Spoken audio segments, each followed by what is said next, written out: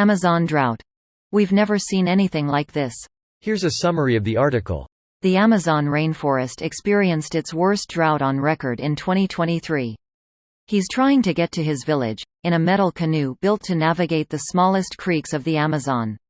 The rainy season in the Amazon should have started in October, but it was still dry and hot until late November. On average, the Amazon stopped functioning as a carbon sink, Dr. Costa says. Currently 17% of the Amazon has been deforested and the global temperature is 1.1 C to 1.2 C above pre-industrial levels. Usually they burn in already degraded or deforested parts of the Amazon, but this year has seen more fires in untouched or primary forest. In her 30 years living in the Amazon, Dr. Marmontel never imagined she would see it so dry. This post received a score of 3,800, with an upvote ratio of 96%. Here are the top comments in response to this article. So much for global warming. My dipshit uncle, the first time it snows halfway through winter. I feel your pain. Whether vs climate needs a sit-down discussion for kindergartners and AARP participants. The Science Talk. Had my science talk in middle school, 2002-2003. My science teacher had a handful of field scientists studying the impacts of climate change come into class, and give a presentation explaining how humans are rapidly changing the planet. I still vividly remember the slides of retreating glaciers, and dried-up water bodies like Lake Chad and the Aral Sea. Topics such as climate change and fresh water scarcity had never even occurred to me before then. 20 long years later, it's incredibly depressing how little has been done. Humans are on course to fuck around and find out all right. Stop cutting down the Amazon rainforest.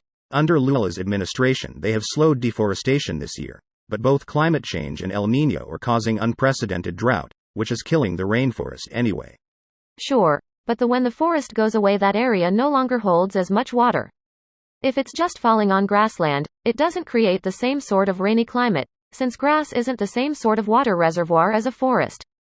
There is less rain this year, but that just exacerbates the existing issue where there is less rain in general. Just wait until desertification starts getting bad enough to hurt valuable agricultural land or cause crop failures enough to send the internal refugee, migrant problem to the crisis point. The more you learn about soil and climate, you start to learn that many desert areas were once lush and highly productive but turned to deserts by people sucking at agriculture. Overgrazing, cutting down trees, irrigating with water that deposits salt over time, tilling that disrupts soil biomes, disrupting fire patterns until they become conflagrations that kill forests, removing predators that disrupted grazing patterns to allow plants to recover. It goes on, and we don't seem capable of doing it better on a larger scale for some reason. Egypt was once lush and green. In 5,000 years people might believe the Amazon has always been a desert. Nice if you to assume humans will still be around 5,000 years from now? My estimates are like 500 years if we are very lucky.